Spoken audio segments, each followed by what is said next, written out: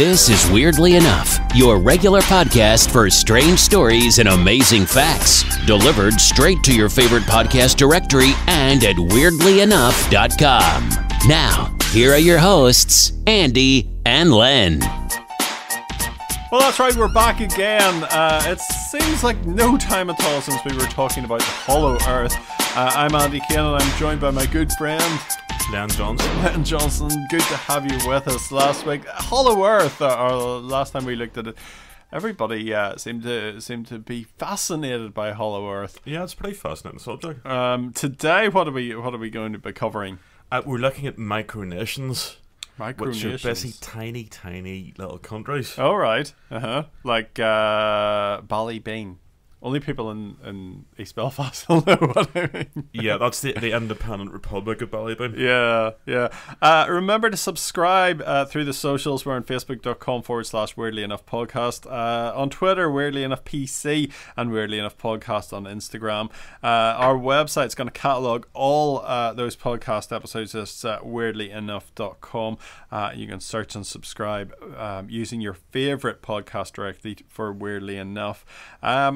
We're also looking at getting some merchandise and stuff sorted out. We'll sort that out and let you know when that comes. Now, Len, what's this week's episode about? I think you just told us, didn't you? Well, yeah, it's a thing. Now, we need a definition. Okay. And one's being provided by Dr. Judy Latasse of Macquarie University in Sydney, Australia. Yeah. And she defines a micronation as a self-declared entity that's either virtual or very small. Right. Though some are actually quite large when compared with microstates such as Monaco or the Vatican. That means there's some, due to virtue of the fact that they're out on like atolls and things like that, or out in the desert somewhere, that actually per size of land they're actually bigger than like the Vatican. Okay. Weirdly enough. Yes. Weirdly enough. But how can they be virtual? It can't really be a nation if it's just something online. We say they're self-declared nations. They're doing it in Minecraft or something. Yes. Yeah. Now, people have set up websites. Okay. And there's ones that, in fact, there's lots of ones that exist online. A website called How to Start a Micronation. Okay. And it's operated by a guy called Kevin Baugh, who is president of the Republic of Moliosa. So it's kind of a kit for starting your micronation. Yeah. I mean, we'll not go into all the boring legalistic details in the podcast. Oh, why not? You can Google it yourself. Okay. Now, the geographic location of the Republic of Moliosa is located near Dayton, Nevada. And they've actually got a model constitution code. So it's a step-by-step kind of guide for setting up a constitution for your micronation. Can you cut and paste one? You probably could, yeah. That's what I'd do. Now, there's a guy called, another one is a Micronation Wiki, and it was created by a guy called George Cruikshank. Yeah. Now, he's a guy who drew a dotted line around his backyard in 1981 and declared himself the Emperor of Atlantium. So he literally he classed his backyard as a nation. Well, whereabouts is this? I know it's Atlantium, but I don't actually know. I think it's somewhere in the States. Okay. Usually is. Now, like I said, he's got the Micronation Wiki, and he also operates a very popular Facebook group for Micro-nationalists, and coordinates the biannual Polynation conferences. Do they have that in a micronation, or is it in like a Hyatt or something? It probably is, yeah. So it's probably something like that, yeah. Now, Cruikshank, people often say, well, where did this whole concept actually come from? Okay. And interestingly enough, Ernest Hemingway, now he had a younger brother called Lester, who in the mid-1960s towed an 8-by-30-foot bamboo raft to a spot 12 nautical miles off the southwest coast of Jamaica and declared it New Atlantis. There's just a bit of sea. Was there land there? No, it was just literally a spot in the ocean. Now, apparently, technically this was legal because there's a thing called the Guiana Islands Act of 1856, and he managed to dig this out, and apparently according to this act, that particular part of sea was like unclaimed. Okay. So you could actually do that. So his little bamboo raft, his 8-by-30-foot bamboo raft was New Atlantis. and Lester Hemingway was top dog of New Atlantis, Yeah. which is this little King. raft, yeah. Whatever he wants to call himself, I suppose. Now, the famous one is the Principality of Sealand, which was the one you're asking about. This is the one, yeah. And you can get your own passport. You can become a lord of Sealand as well, Yeah, can't yeah. you? It's been going since 1967. Yeah. Sealand was basically, you say in World War II, Britain had the idea, because obviously they were worried about the Luftwaffe bombing Britain, so they were concerned about anti-aircraft defence. So they literally set up these platforms off the coast with like big massive guns. Okay. So as soon as the bombers came over, it would be like a first line of defence to try and stop the bombers coming over. Do you remember that TV show Fort Boyard? But that was an. I think that was a Napoleonic Napoleonic Fort. Yeah, I one, think yeah. it was something to do with like Napoleon's time, but Yeah. it was like an off, Uh-huh. similar kind of idea. But yeah, these were abandoned after the war. Right. So in 1967, these guys set up the Republic of Sealand actually on this abandoned fort. Yeah. And that's sort of really, I mean, it's been an ongoing thing for years, but it's really taken off of the internet, because back in the day nobody really knew that much about Micronations. Occasionally you get things about the Republic of Sealand in the papers if something kicked off, if there was some sort of incident around it. Of which there were many, I Of remember. which there were many. Wasn't there a standoff with the Royal Navy? At Yeah, one yeah. stage? There was, and but it ties into this idea of pirate radio and stuff like that as well. It's this idea of kind of going offshore and escaping the the rule of the mainland law. How many miles is Sealand offshore? Is it I'm not too over sure. the? Is it think- more than 12 I then? think it is quite far. I have to check my notes here. Right. I think it is quite far. But anyway, Sealand, all this was very obscure until the start of the internet. 12 kilometres. Okay. It's 7.5 miles off the coast of Suffolk. Now, the platform, the anti-aircraft platform was originally called Her Majesty's Fort Roughs. That was its official name. But it's an anti-aircraft gun platform. Now, the guy that took over Sealand was a guy called Paddy Roy Bates. And interestingly enough, you see, there's conflict in this from the start. Yeah. I probably have to look into this a wee bit more, because it says here Bates seized it from a group of pirate radio broadcasters. So I don't know how he seized it. I mean, I don't know if there was like violence involved. I'd need to maybe look into that. Yeah. Now, Sealand was established in 1975, and he wrote a national constitution and established other national symbols. Now there's a website you can look up. Yeah.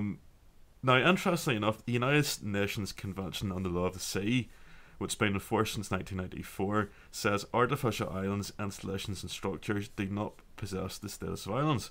They have a non-territorial say of their own, and their presence does not affect the delimitation of the territorial sea, Okay. the exclusive economic zone, or the continental shelf. So that's an interesting one. Yeah. Now, all this was fairly obscure until the dawn of the internet, and with the internet, all these things have exploded.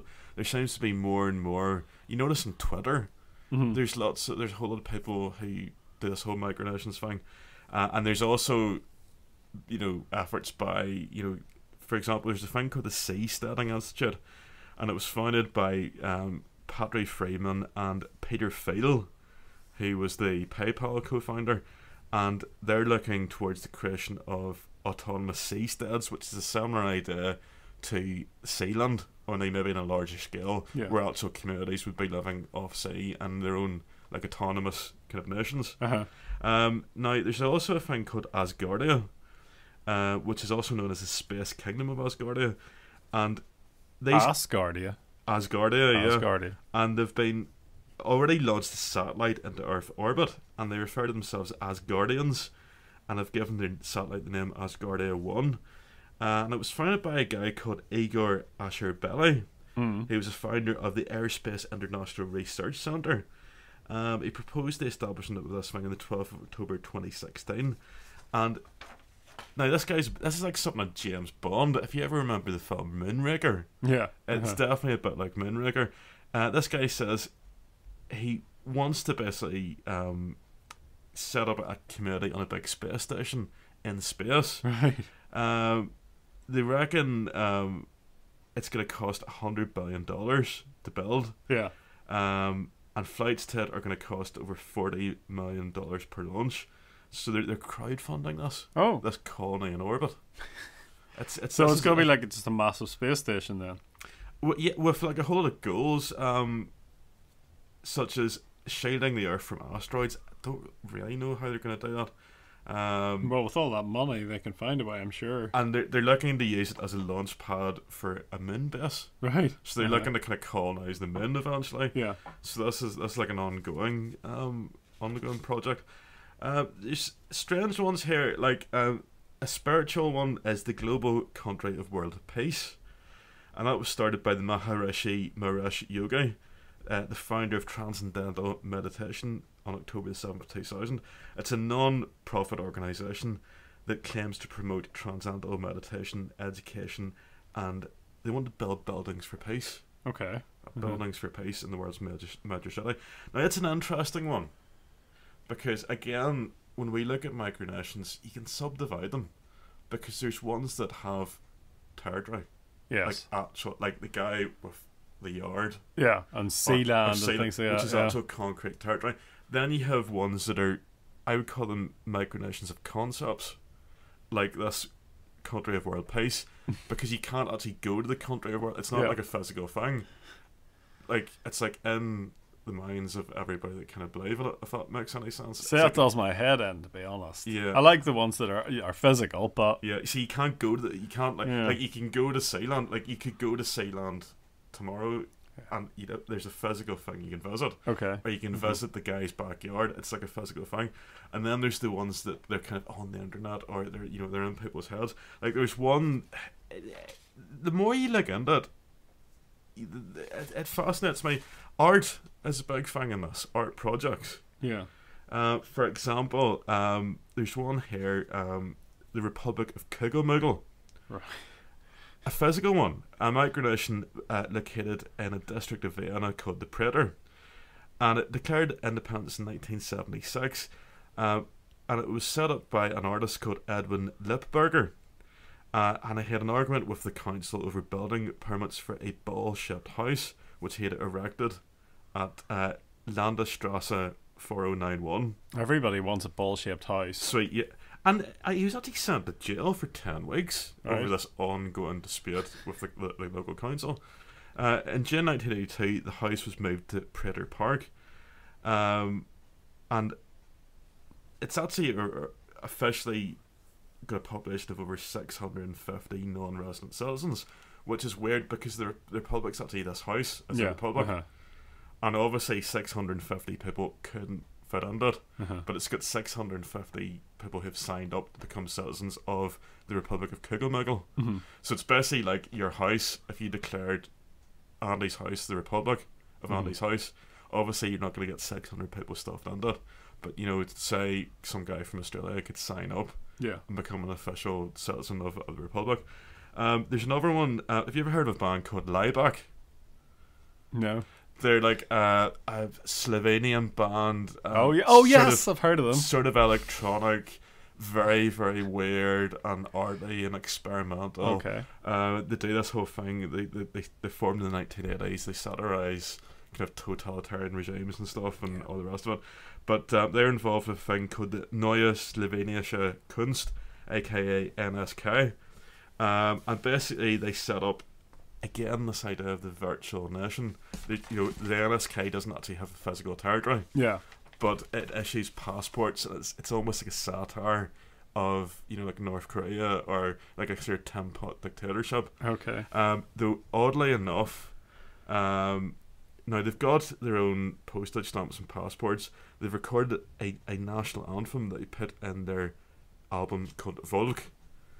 And weirdly enough, right, NSK passports are considered an art project, so this is an art project. Yeah. However, there are scammers using those passports out of Nigeria. Well, that's the thing. So, aren't they being used for nefarious ends and tax evasion and things now, these micronations? And apparently desperate people have fallen for a scam with these NSK passports, which are completely useless. Because it's an art project. It's not an actual thing, you know. Okay. So yeah. Here's one for you. Do you know that Sealand have their own national football team? Really? I didn't know that. They have the Sealand national football team. They have their own board. They're not associated with FIFA or UEFA, but they are admitted to the NF board as a provisional member in 2005 and associate member in 2006. They've had a few managers over the year. Christian Olsen, Neil Forsyth, a Scottish author, Julian Dex, who's currently manager of West Bromwich Albion. He's their current first team coach, Julian Dex. So he ran them, was with them for a while, and they won one match under him. But since then, Ed Stubbs has become the manager there. Played 7, won 5 of their last encounters. I feel like I'm doing my Saturday afternoon just like old times. Last time they played was in Smethwick, old Frank Skinner's old town. They played against Punjab, the Punjab football club, and they won. What was it? Oh, they lost 4-1. They played against Siborga and won 3-2. They also they drew against Somaliland and the Chagos Islands. They drew against them as well. Alderney. That's the Turks and Chagos Islands. Yeah. They've beaten Alderney. So yeah, Alderney's a real place. Yeah, and the Channel Islands, isn't it? Yeah. I suppose the thing is, you could be a footballer for them. Yeah. Because they had a manager who was, West Bromwich Albion manager. So imagine if you're a fairly decent footballer, you could go along and say, well, can I have a passport? And you could have dual nationality. You could still be British, but you could be a Sealander as well and play for Sealand. Could we look into maybe becoming like a dual citizen of the Republic of Sealand? You can do it. Yeah, you can do it all you want. I could be cool. I could be a good project for the podcast. I know a bloke who signed up. I think he got himself a passport and everything for Sealand, and he reckoned it was going to be good for him for tax purposes in the future. Yeah, right. Why do you spend all that money? Well, 75 quid or something for it's all very well talking about this. Yeah, but I'm thinking, you want to actually visit some of these places, don't you? I mean, I know you can visit the Republic of Kugelmugel. Okay. Another one is, have you ever mentioned about the Republic of Moliosa? Yeah. Now, it's run by His Excellency, the President Kevin Baugh. That's how you need to call him. Now, he's, you can actually visit their website. Okay. It's in the US state of Nevada on the outskirts of Dayton. You can take a 1-hour tour of the property. Right. With President Baugh between April the 15th and October the 15th, weather permitting. Oh, well, it's always good in Nevada, isn't it? Highlights now, the website's Moliosa. That's MOLOSSIA.org. Yeah. Highlights include a garden, a post office, a trading company, a peace pole, and a tiki bar. Oh, right. Tiki bar. Is there a bunny ranch in it as well? It is Nevada. I don't think there's a bunny ranch.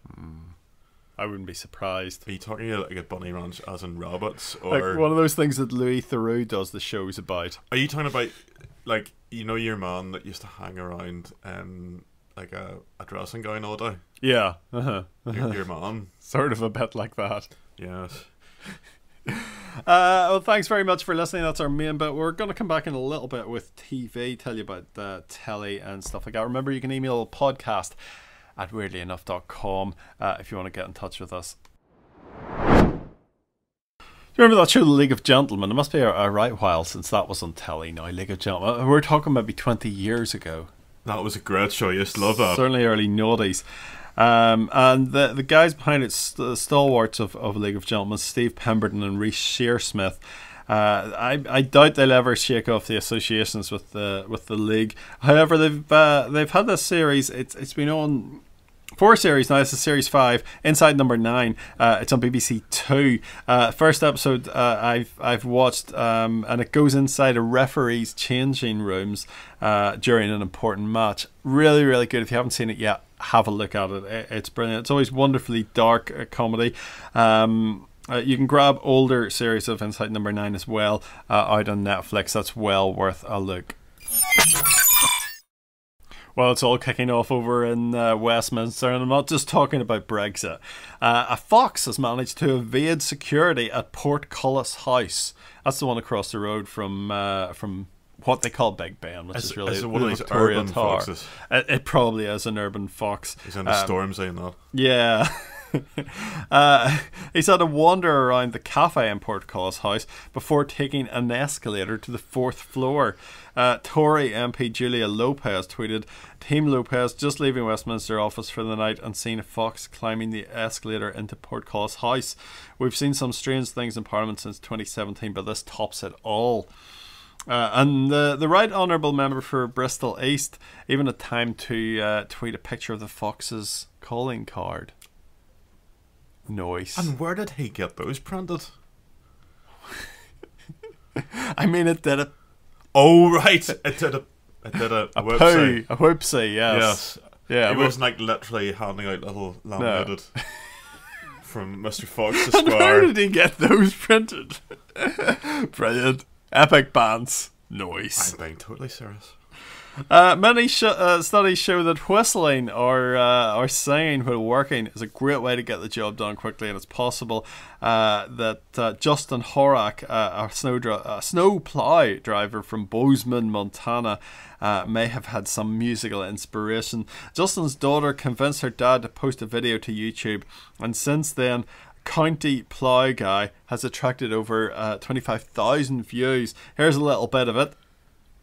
I am a plough guy for the county, and I drive the paved roads, searching through the cars for another road with snow.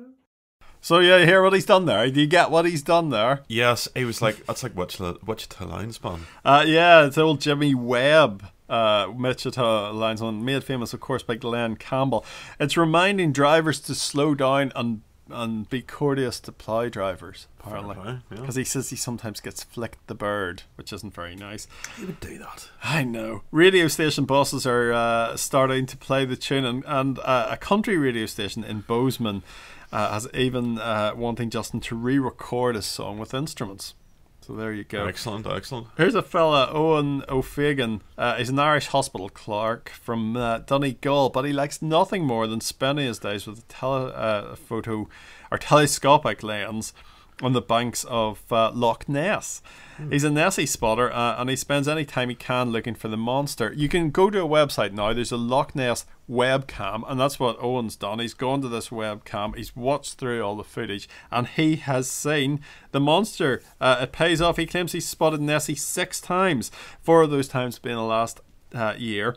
And he spied the monster using the live cam. He submitted his sightings to the official Loch Ness Monster Sighting Register. It shows a dark object moving. He's adamant that there were no boats or birds in the area. His sightings apparently disprove speculation that the creature may be migratory, as it's the first sighting this decade. It's no small fry though. Nessie is estimated to be worth the Scottish economy 41 million every year. Interesting. Yeah, there you are. So back in September, researchers from New Zealand claimed the monster could be a large eel after extracting DNA samples from the water. There you go. Well, thanks very much for listening. We'll be back again very, very soon. Remember, keep a lookout at weirdlyenough.com. Follow us on all those socials, and do subscribe. If you've enjoyed this show, leave us a review. A positive review does really well for us. Thanks very much. We'll talk again soon. Thanks for listening to Weirdly Enough. Remember to subscribe to get the latest edition as soon as it drops. And don't forget to leave a review. Email us about anything we've discussed or with your own weird tale at podcast@weirdlyenough.com.